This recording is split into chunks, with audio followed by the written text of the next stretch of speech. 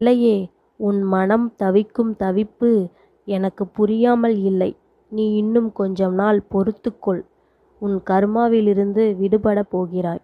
அது முடிந்தவுடன் உனக்கு நல்ல காலம் பிறக்கப் போகிறது. எதையும் மாற்று சக்தி உடையவன் நான். உன் தலைவிதியை நான் நல்ல முறையில் மாற்றி எழுதிவிட்டேன்.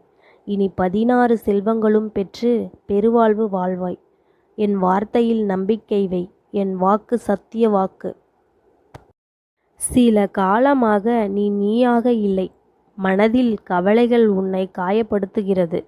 நீ வாய் திறந்து கேட்காத கோரிக்கைகளையும் உன் மனம் அறிந்து செய்து தருவேன். நடக்கவே நடக்காது என நீ நினைத்தாலும் அதை நடத்தி கொடுப்பேன்.